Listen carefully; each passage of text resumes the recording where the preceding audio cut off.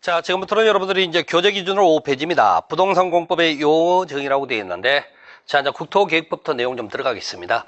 여러분들 앞부분에 제가 용어 정의를 먼저 모아놨는데, 이건 여러분 쭉 한번 공부하는데 이제 도움되라고 정리하는 거고, 강의는 그 해당되는 부분 앞뒤로 연결해서 설명이 들어갈 겁니다.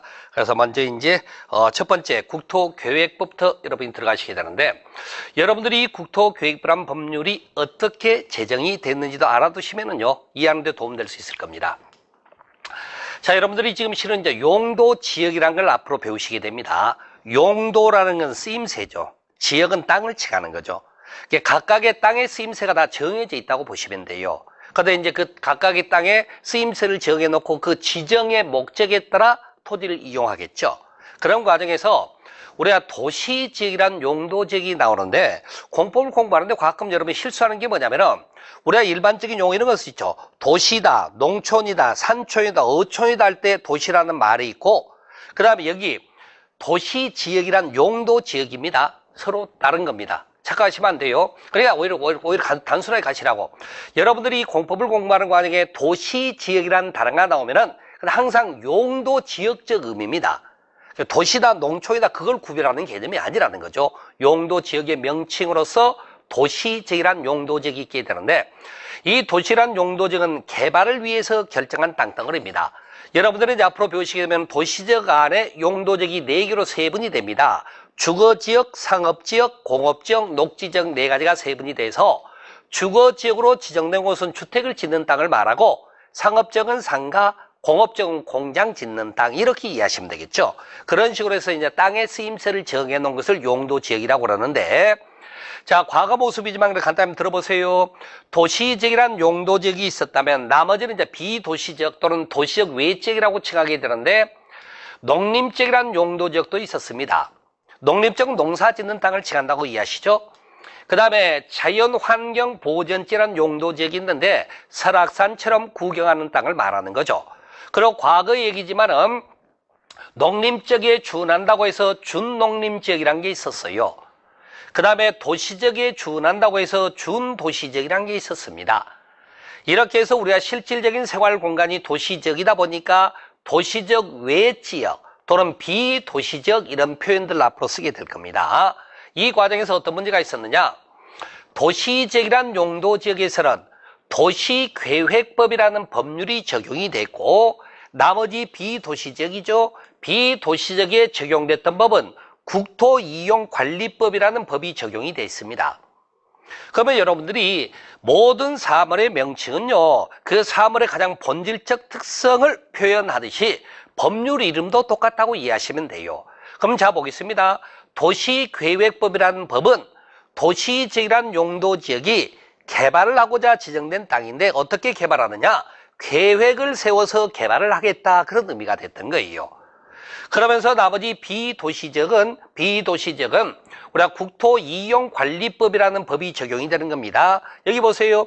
국토를 어떻게 이용하고 관리에 관한 내용을 담고 있는 법이었던 거죠. 그러면 여기서 무슨 차이가 나냐면은, 도시계획법에는 자, 도시지역이 개발지역인데 계획을 세워 개발한다, 그렇게 하는 거죠. 그런데 비도시지역은 보니까 주로 보전지역입니다. 그런데 준농림지역과 준도시지역은 과거에 있었던 건데, 보전을 위주로 하는 거 맞아요. 비도시적이니까. 그런데 제한적 범위의 개발도 허용이 되는 땅이었어요, 여기는. 그런데 이 지역에 적용되는 법은 국토이용관리법이에요. 그 말이면은 국토를 이용하고 관리에 관한 내용을 담고 있지 계획을 세워서 개발한다는 규정이 없었어요. 그럼 어떤 문제가 생길까요? 계획 수립 없이 이 지역을 부분적이나마 개발을 하다 보면 이런 문제가 생깁니다. 이걸 난개발 현상이라고 그래요. 난개발 현상. 그러면 난개발 현상을 그대로 방치하면 안 되겠죠. 그래서 이제 앞으로 이 지역을 관리하겠다고 해서 법을 통합을 해버립니다. 그래서 과거의 준농림, 준도시지역이 지금의 용도의 명칭으로 관리지역으로 이제 통합이 되는 겁니다. 글자 그대로 관리하겠다, 그런 의미였던 거죠. 그러면서 여기서 한번 봅시다. 우리가 일개 행정구역 안에서요, 어떤 특정 시가 됐든 군이 됐든 간에 일개 행정구역 안에서 용도지역은 도시지역도 있지만 비도시지역도 있다고. 그러면은 담당 공무원이 행정행위를 하는 과정에 자 오른쪽 마을 갈 때는 여기 예를 들어 도시계획법을 펼쳐놓고 얘기를 하고 왼쪽 마을 들어갈 때는 국토이용관리법을 펼쳐놓고 얘기한다. 뭔가 좀 이상하지 않습니까 그게? 그래서 그런 것들이 많은 문제점이 있어서 두 가지 법률을 통합을 했습니다. 통합을 해서 이게 만들어진 법률이 2002년 1월 1일자로 국토의 계획 및 이용에 관한 법률 이렇게 제정이 됐던 거죠. 그럼 법률명을 가지고 얘기를 한번 해보겠습니다. 국토 전 부분에 걸쳐 계획을 수립하고 토지 이용에 관한 법률이구나 그렇게 한다는 거죠. 이런 형태로 해서 이제 국토 계획 및 이용에 관한 법률이 만들어졌고 과거에 용도지기 5개가 있었는데 준농림, 준도시를 통합을 해서 지금 몇 개로 간다? 4개가 된 거죠. 4개가 되어 도시적, 관리적, 농림적, 자연환경 보전적 이런 땅의 쓰임새를 정했구나 그렇게 이해하시는 거죠.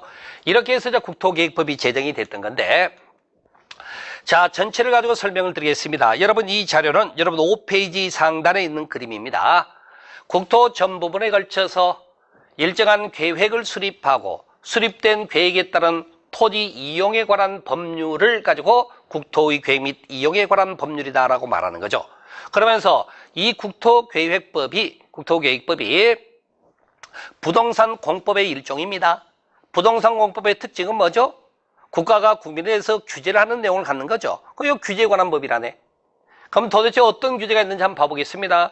계획 수립에 따른 규제와 그 다음에 토지 이용에 따른 규제 그렇게 이해하시는 거예요. 계획 수립과 토지 이용에 따른 규제가 있었다 그 말인 거죠. 그러면서 그 첫 번째 내용을 보니까 3가지 행정계획 수립 절차를 배우시게 됩니다. 광역도시계획이다, 도시기본계획이다, 도시관리계획이다라는 명칭이 있습니다.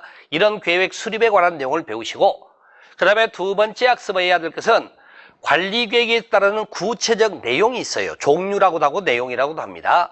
그게 보니까 여기 좀 전에 말씀드린 용도지역을 지정하거나 변경하는 것들이 있고 그 다음에 용도지구라는 것도 있죠. 그 다음에 용도구역이라는 것도 있습니다. 이런 것들을 각각 지정하거나 변경하는 과정을 배우는 게 일단 관리계획에 해당된다 그 말인 거죠. 세 번째는 기반시설의 설치 정비 계량이라고 그러죠. 도로 건설을 하고 상하수도 개설하는 등등 기반시설이라고 하는 것들을 설치하는 과정을 배우고 도시개발사업 및 정비사업에 관한 계획이라고 해서 나중에 우리가 이제 개발법, 정비법에서 이제 구체적 내용을 배우는 게 있고 그 다음에 지구단위 계획구역이라고 합니다. 여러분들요 여기 보면 용도 지역이 있고 용도 지구라는 말을 쓰죠. 용도는 같은 말이잖아요. 지역은 좀 더 넓은 범위고요. 그 넓은 범위 안에 특정 영역을 정해서 지구라고 합니다. 지구.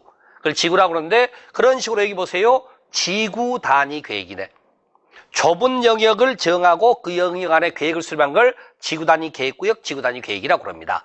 그 다음에 여기 용도구역이라고 되어 있죠. 또 다른 용도구역의 일종으로서 작년에 도입이 됐는데 입지 규제 최소구역이라는 게 있습니다. 입지를 규제하는데 최소화시키는 구역이라는 거죠. 뭔가 좀 더 할 수 있도록 허용해 주는 개념이 되는 거죠. 이런 식으로 해서 이 6가지를 관리계획의 종류라고 그러면서 여러분들이 앞글자 따서 기억하셔야 됩니다. 용용, 기도, 지입 이렇게 일단 기억을 해보자고요. 그래서 우리가 관리계획 종류가 뭐냐고 물어본다면 용용, 기도, 지입 일단 그런 명칭부터 여러분이 숙지를 하셔야 되고요. 자, 이어서 보겠습니다. 자, 토지 이용 파트에서 여러분들이 토지 이용은 측면을 나눠서 제가 설명을 하겠습니다. 토지를 적극적으로 이용하는 걸 개발이라고 그러고 소극적으로 이용하는 걸 보전이라고 합니다. 개발이라는 것은 토지 외형의 변화가 생기거나 토지 위에 새로운 무언가가 만들어지는 과정 등 그런 걸 개발이라고 합니다. 그런데 보전이라고 하는 것은 주어진 형상 그대로 활용하는 걸 보전이라고 그래요. 소극적 이용이라고 한다는 거죠. 자, 여러분들 설악산 이용하신 적 있죠? 뭐 대청봉에 올라가셔서 집 지어놓고 내려오셨나요? 아니지 않습니까? 있는 그대로 활용한 거 있는 그대로 변화를 가하지 않고 그걸 보전이라고 합니다. 그런데 우리가 지금 이제 적극적이다 소극적이다 설명을 했는데 실은요 이 보전은 따로 배울 건 없네. 외형의 변화가 발생하는 건 아니기 때문에 그걸 활용만 하는 것 뿐이기 때문에 그럼 우리가 이제 배워야 할 것은 적극적 이용에 관한 개발을 배우셔야 됩니다. 근데요 항상 우리가 개발을 하면은 상대적으로 발생할 수 있는 문제가 뭐냐면은 난개발이라는 거 발생할 가능성이 항상 높아요. 그러면 난개발해서는 안 되겠죠. 그래서 수많은 개발행위 중에서 난개발에 우려가 있는 개발행위 할 때는 허가를 받도록 하고 난개발과 무관한 행위는 허용을 해주는 겁니다. 그래서 개발행위 허가를 받아야 할 수 있는 것과 허용되는 종류가 무엇인지 바로 이제 그런 내용들을 우리가 이제 같이 학습한다. 그렇게